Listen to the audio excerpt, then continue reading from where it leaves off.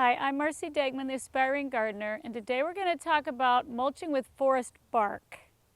Now, forest bark is not just as simple as one ingredient. When you go out and you look at the forest floor, you're going to see a lot of things, and you do see pieces of bark, parts of pine cones, pine cone seeds, and a lot of fir needles or whatever it is in the forest where you live. So the nice thing is it's a very loose, really is a nice looking mulch. It's kind of like using bark mulch that you buy at the store, only that's just shredded bark. It doesn't have all the other ingredients. Now this is an acidic mulch, so the one thing you need to make sure is that you're putting it on plants that like a little bit of an acid soil. The other thing about mulch that's in this kind of state is that it's breaking down, and it's going to take a little bit of time for this to turn into a really tiny powdery soil.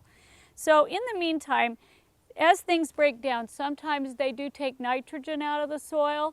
Now this is all pretty decomposed, so it's not a real big issue, but you don't want to use things that are green. So you don't want to take bark off of a tree you've just cut down, grind it up and put it on your plants, because it's going to take a lot of nitrogen to break down.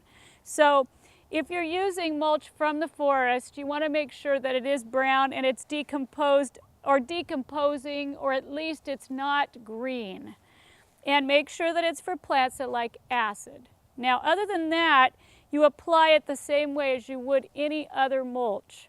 Conifers are one of the plants that love to have acid soil. So with this newly planted fir tree, I'm going to give it a little bit of forest mulch, and that'll help hold in the soil, keep the acid environment that we want.